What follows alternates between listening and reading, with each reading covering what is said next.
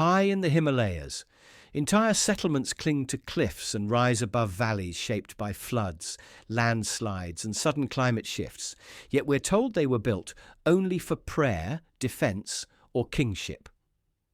So why are so many placed far from farmland and trade routes, anchored instead to the most stable rock? Why do their foundations feel older than the histories assigned to them, shaped by survival more than symbolism? And why do flood legends, vanished lakes, and environmental collapse keep surrounding these sites when archaeology can't fully explain their placement? Were these monuments built to honour belief and power, or to stay above something far more dangerous? Taktsang Monastery. High above the Paro Valley, where the forest thins into bare rock and the sound of wind replaces the movement of water, Taktsang Monastery appears less as a building than as an interruption in the cliff itself, clinging to a vertical wall of granite with a confidence that seems inherited rather than designed. And while its visible form is securely dated to the 17th century under the patronage of the Bhutanese theocracy, the story of the site begins far earlier, embedded in the stone ledges and natural caverns that predate any written record of construction. For the cliff face on which Taktsang rests is not a random surface, but a geologically stable band of rock, fractured in predictable patterns and offering narrow terraces that appear to have been deliberately modified long before the arrival of formal architecture, smoothed in places, squared in others, as though selected through generations of observation, rather than a single act of inspiration. The monastery's name, meaning tiger's nest, refers to the legendary arrival of Padmasambhava in the 8th century. Yet even this account quietly implies prior significance, as such legends often attach themselves to locations already recognized as powerful or unusual, and the caves associated with his meditation remain central to the complex, carved not into soft sediment, but into resistant granite. Their entrances are lined with natural fissures that minimize erosion and water intrusion, suggesting a level of practical geological understanding that predates Bhutanese monastic engineering. Archaeological attention has traditionally focused on the monastery as a religious monument, leaving the cliff itself largely unexamined as a constructed landscape. Yet close observation reveals cut steps, partially erased by time, anchor holes filled and reused, and retaining walls that do not conform to the stylistic language of later Bhutanese stonework. Their stones unshaped, tightly fitted, and laid directly against bedrock in a manner more consistent with ancient Himalayan shelter construction than formal temple building. The altitude and exposure of the site complicate its purpose, as it offers no defensive advantage, no agricultural utility, and no access to trade routes, implying that its value lay elsewhere, perhaps in its isolation, its vantage over the valley floor, or its position relative to seasonal weather patterns. For the cliff faces eastward, catching early sunlight while remaining shielded from the worst monsoon rains. An ideal location, not only for meditation but for long-term habitation in a challenging environment. Geological records indicate that the Paro Valley experienced significant climatic fluctuations at the end of the last glacial period, with increased meltwater and unstable slopes. And while there is no direct evidence of catastrophic flooding at this elevation, regional flood legends persist across the eastern Himalaya, often tied to high refuges and sacred heights, raising the possibility that elevated cliff sites like Taktsang were valued as places of continuity during periods of environmental disruption, rather than merely as spiritual retreats. This interpretation gains subtle support from the way later builders integrated their structures into the existing rock, rather than imposing new foundations,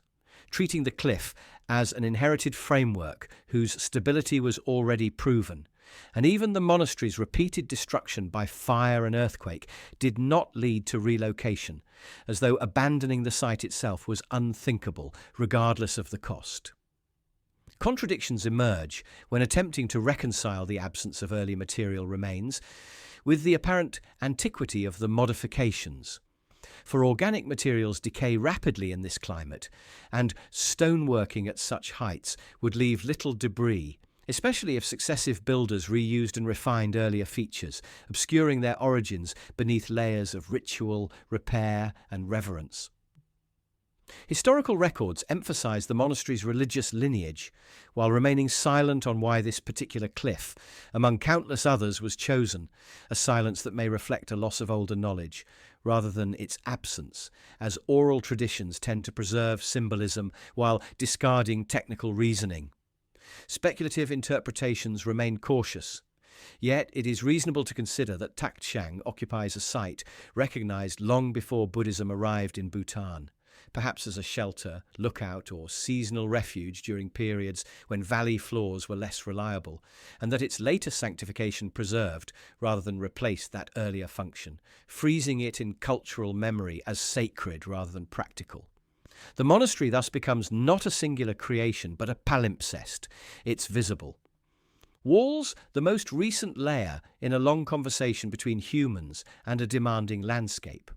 one in which survival, observation, and reverence gradually converged, leaving behind a structure that appears miraculous only because its deeper history remains largely unexamined, and as mist rises each morning to conceal the cliff once more, the question lingers not of who built Taktsang, but of how many generations recognized the necessity of that narrow ledge before it was ever called a monastery.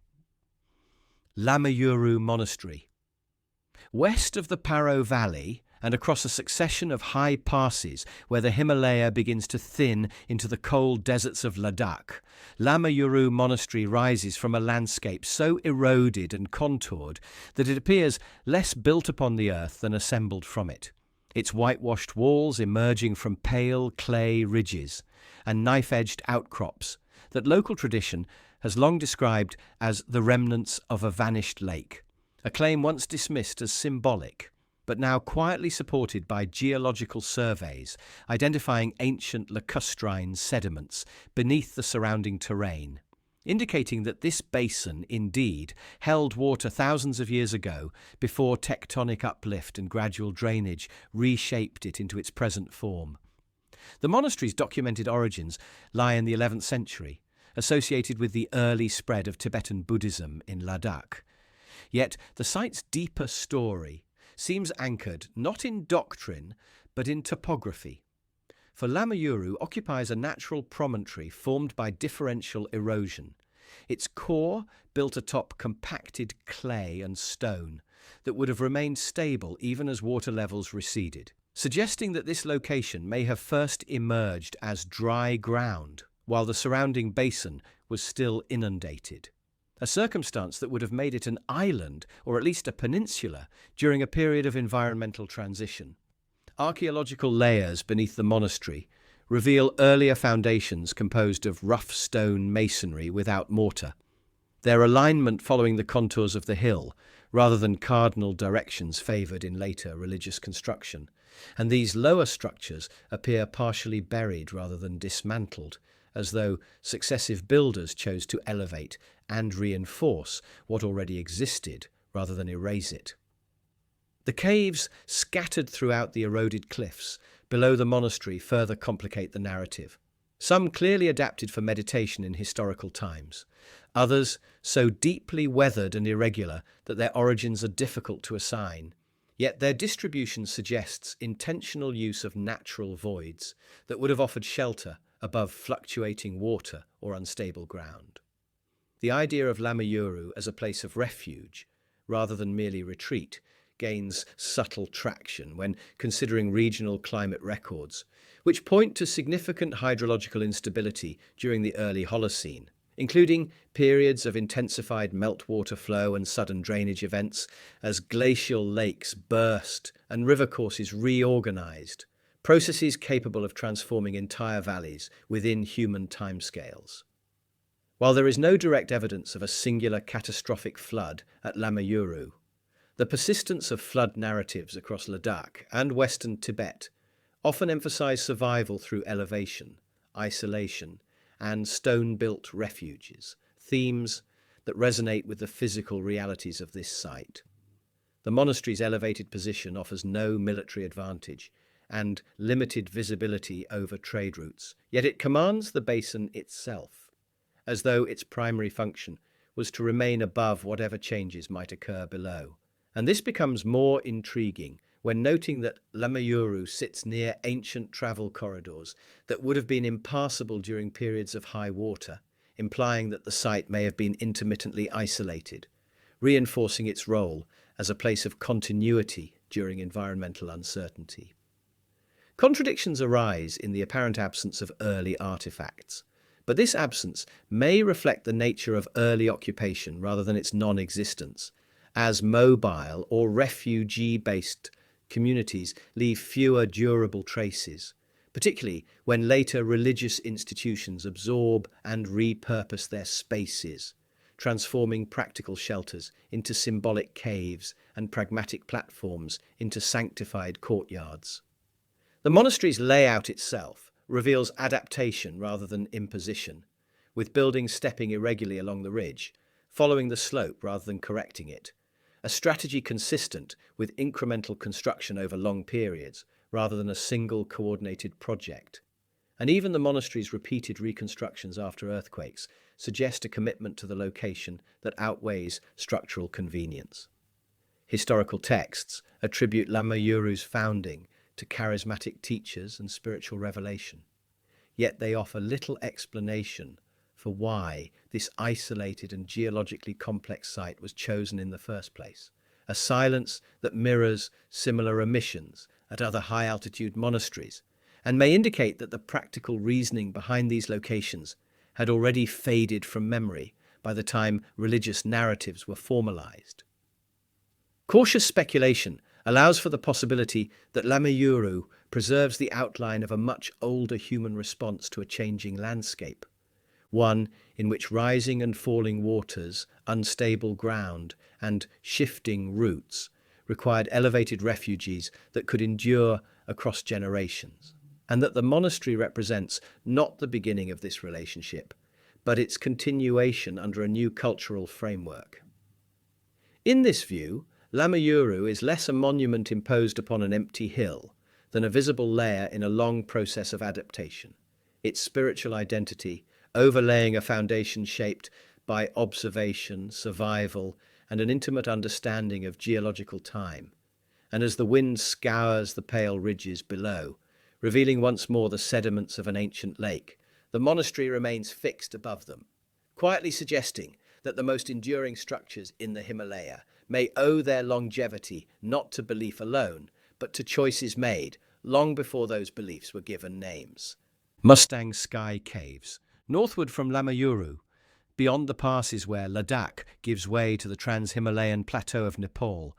the landscape of Upper Mustang opens into a wind-carved corridor of red and ochre cliffs, their faces punctured by thousands of man-made cavities that appear at first glance like the work of swallows, yet on closer inspection resolve into an immense and coordinated human intervention known today as the Mustang Sky Caves, a system so extensive and vertically ambitious that its full scale only becomes apparent when viewed across entire canyon walls stretching for kilometers. These caves, some dating securely to at least the first millennium BCE and others remaining undated due to their inaccessibility, occupy sheer cliffs rising hundreds of feet above the valley floor, positions that would have required not only advanced climbing techniques but a compelling reason to live so far beyond the reach of ordinary movement. And while later use as burial chambers, meditation cells, and storage spaces is well documented, the earliest phase of occupation remains unresolved, embedded in the rock itself rather than in portable artifacts. The caves are not randomly distributed, but arranged in horizontal bands that correspond to distinct geological layers, suggesting that their creators possessed an intimate understanding of the cliff's structural integrity, carving entrances into strata resistant enough to support hollowing without collapse, while avoiding softer sediment that would erode quickly. A practical geological literacy unlikely to emerge suddenly or without long-term observation. Within some caves, remnants of wooden beams, hearths, and partition walls indicate sustained habitation rather than temporary refuge. Yet their elevation offers no advantage for agriculture or trade, and their extreme isolation would have complicated daily life, implying that conditions in the valley below were, at certain times, less stable or less hospitable than the cliffs themselves. Paleoclimatic studies of the region indicate significant fluctuations in precipitation and river behavior during the late Pleistocene and early Holocene,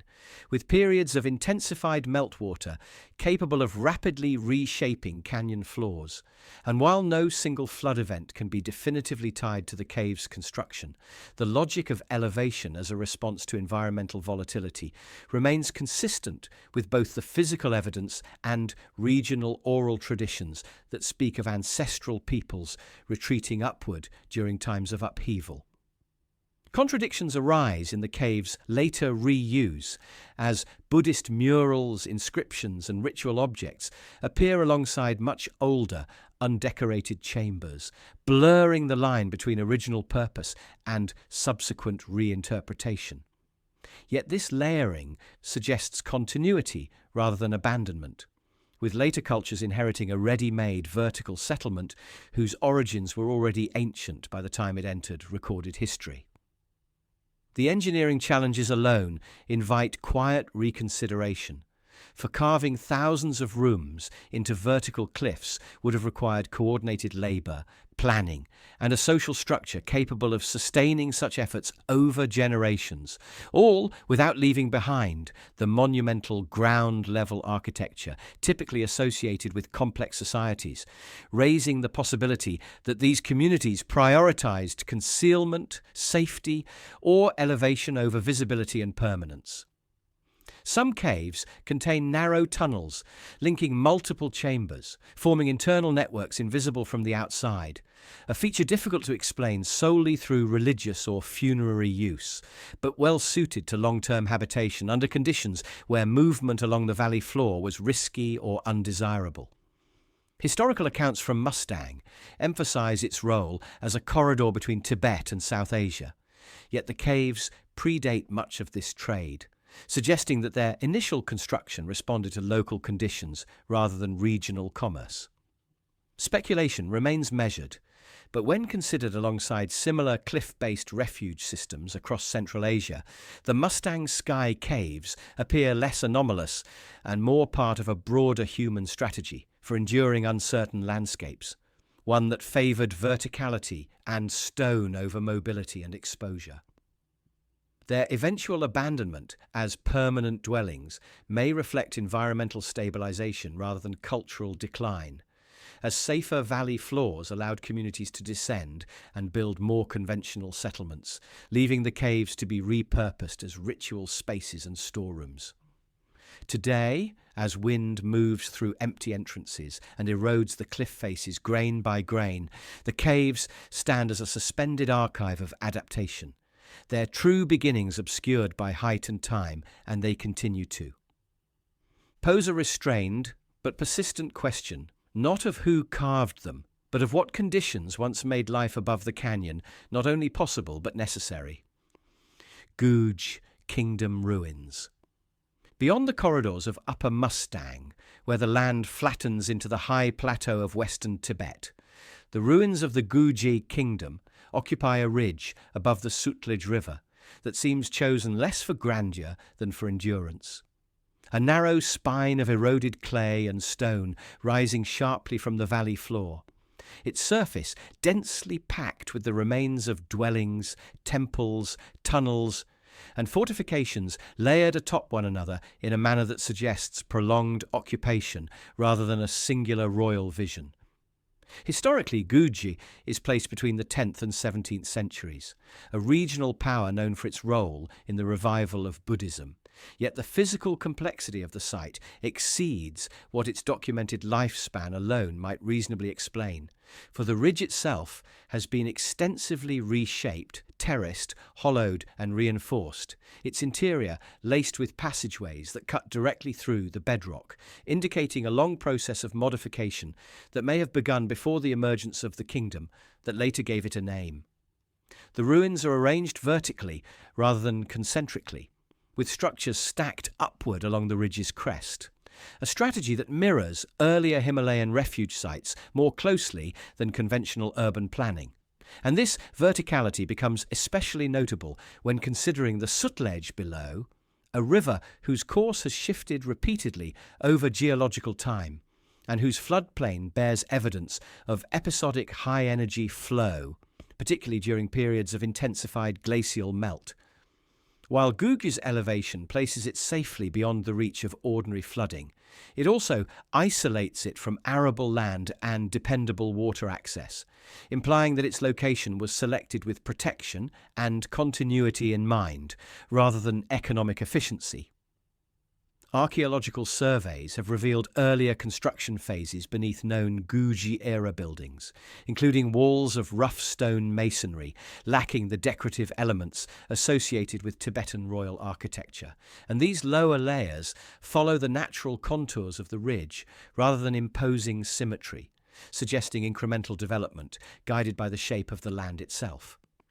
The extensive tunnel networks beneath the ruins further complicate interpretations, as their narrow dimensions, ventilation shafts, and concealed exits point toward practical concerns of shelter and movement, rather than ceremonial use alone. And their existence implies sustained periods during which surface access may have been limited or unsafe. Climatic reconstructions of the western Tibetan plateau indicate episodes of pronounced aridity punctuated by sudden hydrological events during the late Holocene, conditions capable of destabilizing valley settlements while leaving elevated ridges comparatively secure. And regional oral histories often emphasize the survival of ancestral communities on high ground during times of environmental stress, themes that resonate with the physical realities observed at Guge. Contradictions emerge in the lack of clear transitional records between any hypothetical earlier occupation and the historically attested kingdom. Yet this absence may reflect cultural continuity masked by political change, as later rulers frequently repurposed existing strongholds, absorbing their practical infrastructure into new administrative and religious frameworks, without preserving memory of their origins.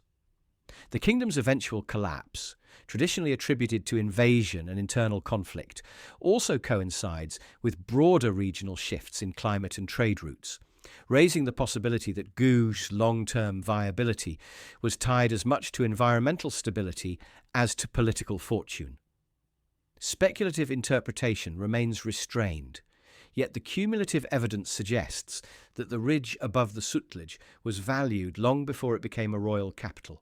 perhaps as a place of refuge, storage, or seasonal occupation during periods when the valley below could not be relied upon, and that the Guge kingdom represents a late and visible chapter in a much longer human engagement with this narrow spine of land. Today, the eroded walls and empty rooms of Guge appear almost organic, as though grown from the ridge itself. And as shadows move across the terraces and tunnels, the site continues to imply that its most important history may not be the one recorded in texts, but the quieter story of why people first chose to live above the river rather than beside it. Gyangtse Fortress.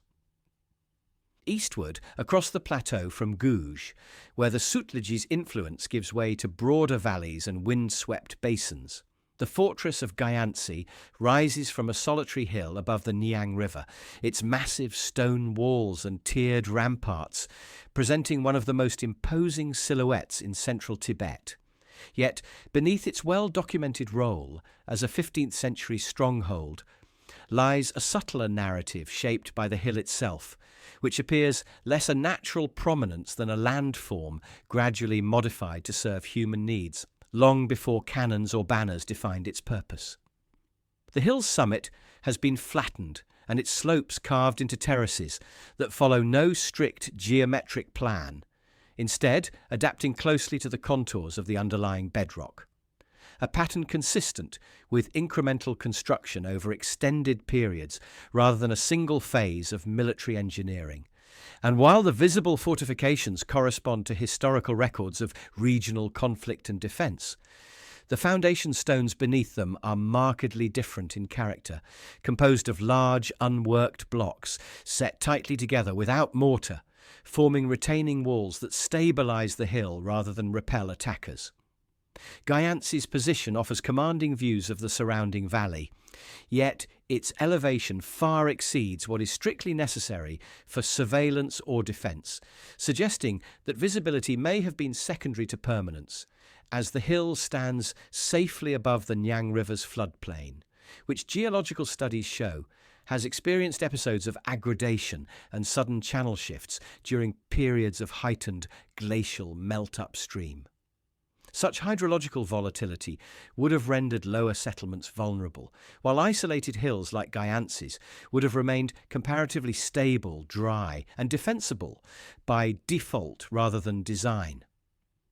Archaeological work around the base of the fortress has identified traces of earlier occupation, including post holes, hearths, and low stone enclosures that predate the known fortress walls, implying that the hill was already a focal point for human activity before its formal militarization. And these early features show no evidence of large-scale agriculture or trade infrastructure, reinforcing the impression that the site's value lay in its elevation and solidity rather than its productivity. The internal layout of the fortress further complicates a purely martial interpretation, as storage rooms, cisterns, and sheltered courtyards are distributed throughout the hill in a manner that prioritizes long-term habitation and resource management over rapid troop movement, characteristics more consistent with refuge architecture than with short-term defense. Historical texts emphasize Gyangtse's resilience during later conflicts, yet they offer little insight into why this particular hill was chosen in the first place. A silence that mirrors similar omissions at other Himalayan strongholds and may reflect an inherited understanding of the landscape that required no explanation to those who built upon it. Contradictions arise in the absence of clear records describing any catastrophic event that would necessitate such elevated refuge. Yet climatic reconstructions of the central Tibetan plateau indicate repeated cycles of environmental stress, including colder intervals and irregular precipitation, conditions under which elevated, well-drained sites would have provided continuity even when valley-based life became uncertain. In this context, Gyangtse Fortress can be seen not solely as a product of warfare, but as the culmination of a long-standing relationship between people and a hill, proven over time to be reliable, adaptable, and defensible against more than human threats. Later rulers may have amplified its walls and formalized its role, but they did so atop a foundation already shaped by earlier needs and observations, preserving practical decisions within monumental form. Today, as the fortress overlooks a town that thrives comfortably below, its towering presence feels almost excessive, a reminder of conditions no longer immediately apparent, and the hill continues to suggest that its earliest significance may have been rooted not in power or conflict, but in the simple assurance of remaining above whatever uncertainties once moved through the valley beneath it. Ladakh Stone Citadels. Across the high desert of Ladakh, where valleys widen and narrow unpredictably, between glacial rivers and barren ridges, a series of stone citadels rises from isolated hilltops. Their ruins scattered rather than centralized, forming a network of elevated strongholds that appear loosely connected by geography rather than by any single historical narrative. And while many are attributed to medieval kingdoms and local rulers, their shared architectural logic suggests a deeper continuity rooted in the landscape itself. These citadels, often little more than stacked stone walls and collapsed towers today, occupy positions that seem deliberately chosen for stability and visibility rather than comfort, perched on promontories that stand well above river courses known to shift and surge with seasonal meltwater, a pattern that aligns closely with geological evidence of repeated hydrological volatility across Ladakh during the late Holocene. The masonry of these structures varies in finish, Yet beneath later additions of shaped stone and decorative elements lie foundation courses composed of large, unworked blocks, fitted directly to bedrock, forming platforms that appear less concerned with aesthetics than with anchoring human presence to solid ground. In several sites, including those overlooking the Indus and its tributaries, remnants of earlier walls are partially buried by later construction, their alignments following the contours of the hills rather than imposing symmetry, suggesting that these citadels grew incrementally, adapting to terrain and circumstance rather than emerging fully formed from a single political ambition. Unlike fortified cities, the Ladakh citadels show limited evidence of permanent large populations, with sparse domestic spaces and an emphasis on storage, lookout points and enclosed refuges, features more consistent with episodic occupation during times of stress than with continuous governance. Regional climate records point to periods of intensified glacial melt and irregular precipitation that would have made valley settlements vulnerable to flooding, landslides and sudden resource scarcity. Conditions under which elevated stone refuges could provide security not only from human threats but from environmental unpredictability itself. Oral traditions across Ladakh frequently reference ancestral movements to high ground during times of upheaval. Stories that persist without clear temporal anchors yet echo the practical realities suggested by the citadel's placement and construction. Contradictions emerge in the difficulty of dating these sites precisely, as stone structures leave few organic remains, and later reuse by medieval polities often obscures earlier phases, blending pragmatic refuge architecture into the historical record of warfare and kingship. Yet the repetition of similar citadel forms across wide distances, often in areas with limited strategic value for trade or conquest, implies that their origins may lie in shared experience rather than coordinated rule, a collective response to a landscape capable of rapid and destabilizing change. Cautious speculation allows that these hilltop sites represent the visible residue of a much older strategy of resilience, one that prioritized elevation, stone, and dispersal over centralized settlement, enabling communities to endure fluctuations in climate and water availability without relying on fragile valley infrastructure. As conditions stabilized and political structures emerged, these refugees were formalized, expanded, and woven into narratives of authority, their original purpose gradually reframed as defense against rivals rather than protection from the land itself. Today, the Ladakh stone citadels stand in quiet isolation, overlooking valleys that now appear calm and navigable.